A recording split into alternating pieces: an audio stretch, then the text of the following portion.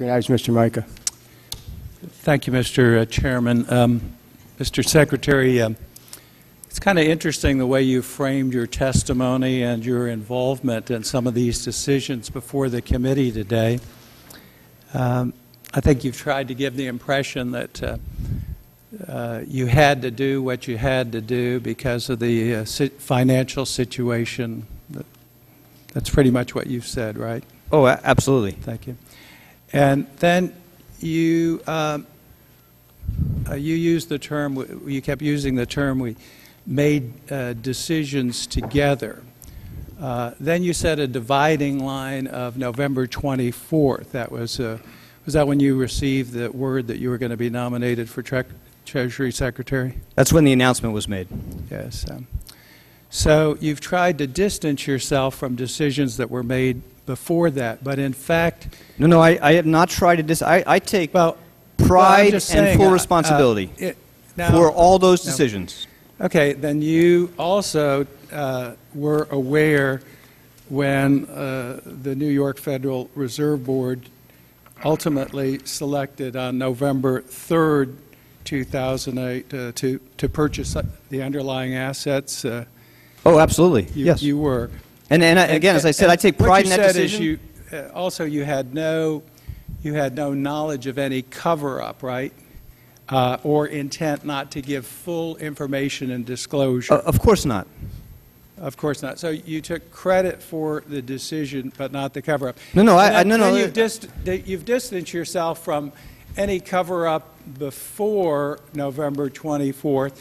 And then, of course, you were out of the picture from November 24th forward. Is that correct? Congressman, I'm not trying to distance myself from anything. I will take complete responsibility for decisions I played a role in shaping, was part of shaping, including all decisions up to the 24th in this case. And I'm happy to take responsibility for all decisions I've made since then, too. Then you were aware of 100 cents on a dollar bailout. Absolutely. Absolutely.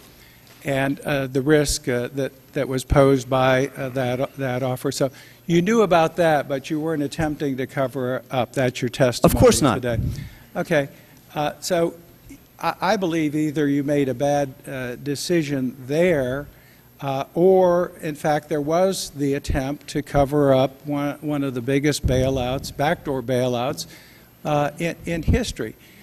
Now, you've tried to frame it as you did it because you did it in the interest of the people and the failure of the system. I'm telling you, I believe these are lame excuses. Either you were in charge and did the wrong thing, or you participated in the wrong thing. This, to me, it appears like, when you were being confirmed, a lot of controversy surrounded your not paying your taxes. You gave lame excuses then. I believe you're giving the committee lame excuses now. And my final question is, why shouldn't we ask for your resignation as Secretary of the Treasury? I didn't think you should have been Secretary of the Treasury when it was disclosed that you didn't pay your taxes, because that's the highest financial responsibility position in the United States government. So why shouldn't you step down That now? is your right. That is your right to that opinion.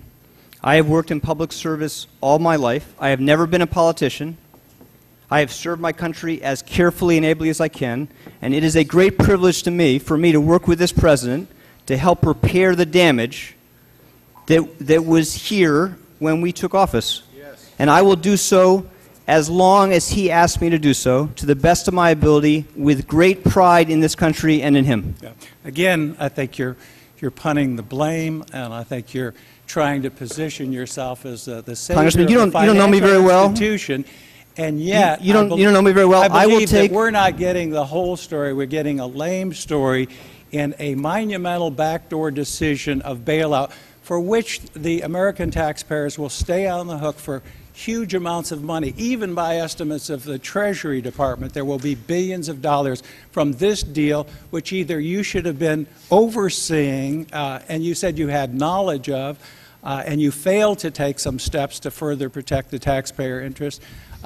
You were either incompetent on the job, or you were not doing your job and knew what was taking place and tried to conceal it. And I think that's grounds for your removal. Congressman, I was there I know what I was responsible for.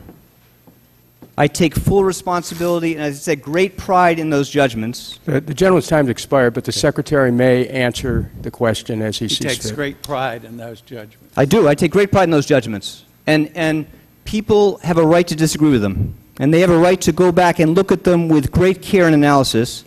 And I hope you will give the same care and judgment to looking at those decisions in retrospect with the benefit of hindsight that we gave in making those decisions at that time.